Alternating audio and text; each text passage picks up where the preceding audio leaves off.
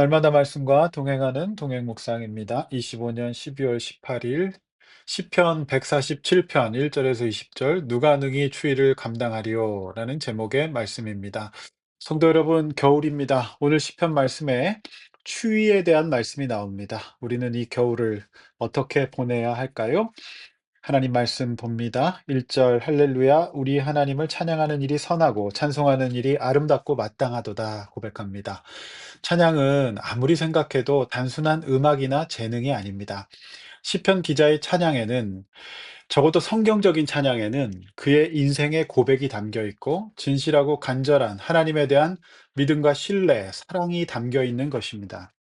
신앙의 열매로서 드리는 것이죠. 그래서 찬양은 기도와 함께 영성의 중요한 축이 됩니다. 찬양이 살아나려면 찬양하기 전에 하나님에 대한 분명한 인식과 고백, 신뢰와 같은 내면적인 충만함이 있는 것이 정상입니다. 그러므로 찬양하는 사람은 음악적인 재능이나 스킬은 부가적인 문제가 됩니다.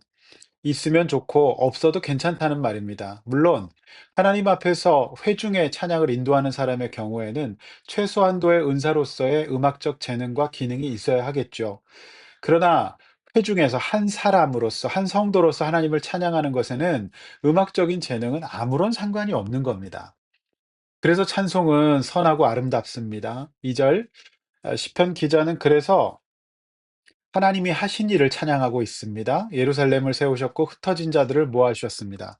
이처럼 본문은 하나님은 노하기를 더디하시고 자비로우시며 긍휼히 여기시는 분이기 때문에 무너진 예루살렘은 세워주시고 흩어진 자들을 모아주신다. 왜 흩어졌겠습니까? 하나님의 왕되심을 인정하지 않으니까 흩어지는 거죠. 3절 상심한 자들을 고치시며 그들의 상처를 싸매십니다. 그래서 저는 오늘 이 아침에도 이 말씀 붙잡고 우리 성도들을 위해서 기도하려고 합니다. 이 일을 하신 하나님을 찬양하고 싶습니다. 이 말씀이 진리인 것은 목회를 하면서 도저히 제가 했다고 말할 수 없는 일을 하나님이 하시는 것을 많이 보았기 때문입니다. 물론 우리는 의료적이고 심리적인 도움을 잘 받아야 합니다. 그러나 동시에 영적인 회복과 하나님의 성령님의 도우심, 치료하심, 말씀으로 우리의 마음판을 고쳐주시는 것, 행하도록 무언가 하지 못하던 일을 할 수 있도록 변화시켜 주시는 것, 이것을 사모하고 간구해야 합니다. 최종적인 구원은 3절 말씀처럼 하나님이 하실 수 있기 때문입니다. 4절 하나님은 자신의 피조물들의 숫자를 아시고 이름을 아십니다. 5절 그분은 능력이 많으시고 지혜가 무궁하시기 때문이죠. 그 하나님 앞에서 우리는 겸손할 수밖에 없습니다. 겸손한 자들을 붙잡아 주십니다. 성도 여러분, 오늘 이 아침에 우리 하나님 앞에서 겸손히 그분의 도우심을 간구합시다. 이제 7절에서 11절까지 시편 기자의 찬송은 이제 확장이 됩니다. 7절 말씀처럼 노래뿐만 아니라 수금, 즉 악기를 동원하여 찬양하고 8절 그분을 어떤 분으로 찬양하냐면 이 세상 만물을 다스리시는 분으로 찬양합니다. 9절 그리고 피조물들을 돌보십니다. 11절 말씀 이런 하나님을 인식하고 그분 앞에서 살려고 하는 자, 즉 그분을 경외하는 자들과 인자하심을 바라는 자들을 기뻐하시죠. 이처럼 찬양은 내용이 중요합니다. 믿음의 고백으로서 영으로 드리는 것이죠. 하나님 앞에서 이런 고백과 진실함이 아니라면 그것은 그저 세상의 노래이거나 공연이지 하나님을 찬양하는 것이 아닌 겁니다. 그래서 이 말씀은 찬양하는 사람들이 꼭 명심해야 될 말씀이죠.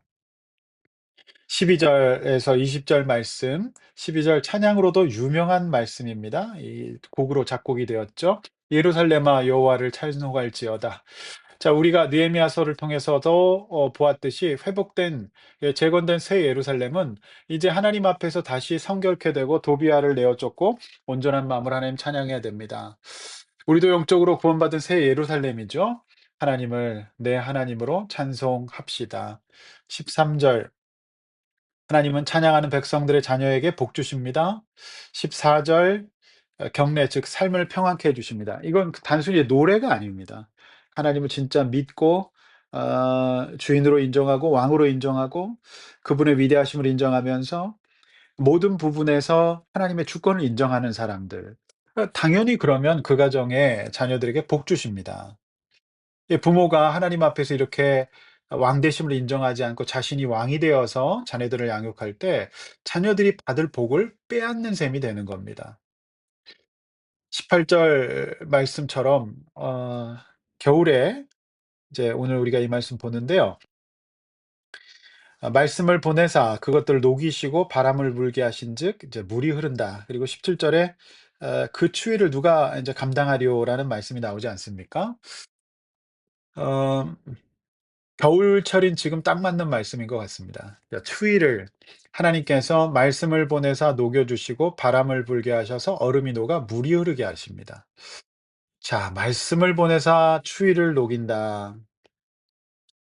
여러분 이 말씀 무슨 뜻일까요? 자, 시편 기자는 얼어버린 이유를 말하는 겁니다. 하나님의 왕 되심을 인정하지 않고 내가 왕이 되어 마음이 얼어버립니다. 그리고 넘어집니다. 하나님은 은혜로우시고 자비하셔서 다시 말씀을 주셔서 녹여주시는 분이십니다. 따라서 내 삶에 동절기가 찾아왔다면 얼음과 같은 겨울이 오셔서 지금 춥고 아무것도 못할 것 같으십니까? 먼저 해야 될 일은 영적으로 회복하셔야 됩니다. 말씀 즉 예배를 회복하고 말씀을 붙잡고 그 말씀 붙들고 부르짖어 기도하며 은혜 가운데 내 삶의 추위를 녹여낼 수 있습니다. 그렇게 될 때 영육간에 따뜻한 겨울을 보내실 수 있을 겁니다. 자, 19절 말씀, 20절 말씀 시편 기자는 굉장히 귀한 고백을 하는데요. 이 귀한 은혜를 야곱 즉 택한 백성인 저와 여러분들에게 보이셨다고 말씀합니다. 20절 어느 민족에게도 안 보이신 이 일을 오늘 이 아침 저와 여러분들에게 보이셨고 그 법을 알게 하셨습니다. 그러므로 우리 인생에 겨울이 올 수도 있습니다. 얼어버릴 수도 있거든요. 그러나 하나님이 안 계시고 여호와 하나님을 모르는 것이 가장 큰 문제라는 겁니다. 만약 우리가 그분을 아셨다면 또 그분을 더 앙망한다면 이제 그분 앞에서 내 문제의 근원을 보시고 회개하고 왕 되심을 인정하십시오. 돌이켜 행하신다면 이제 우리의 삶은 반드시 따뜻한 봄날이 올 것입니다. 세상 사람들은 문제 해결에 집중합니다. 그런데 오늘 시편 말씀은 말씀으로 우리의 겨울을 얼음을 녹이라고 말씀하고 있는 겁니다. 성도 여러분 오늘 이 아침에도 우리 모든 성도님들이 이 말씀 붙들고 기도하실 때 마음에 하나님의 녹이심과 따뜻한 봄날 올 줄로 믿습니다. 기도하겠습니다. 하나님 아버지 감사합니다. 오늘도 시편 말씀을 통하여 우리 마음을 녹여 주시고 우리 마음속에 우리 삶 속의 겨울 추위들을 녹이게 하여 주시옵소서. 건강의 겨울, 물질의 겨울, 관계의 겨울, 모든 인생의 겨울들을 하나님 주님 말씀 주셔서 녹일 수 있도록 인도하여 주시고 오늘도 그 주님의 자비하시고 은혜로우시며 노하기를 더디하시는 성품을 의지하여 나아갑니다. 이제라도 우리 인생을 우리 인생의 겨울을 녹여 주시고 따뜻하게 하여 주셔서 이 겨울 주님 앞에서 충만하고 은혜롭고 뜨겁게 보낼 수 있도록 인도하여 주시옵소서. 예수님의 이름으로 기도하옵나이다. 아멘.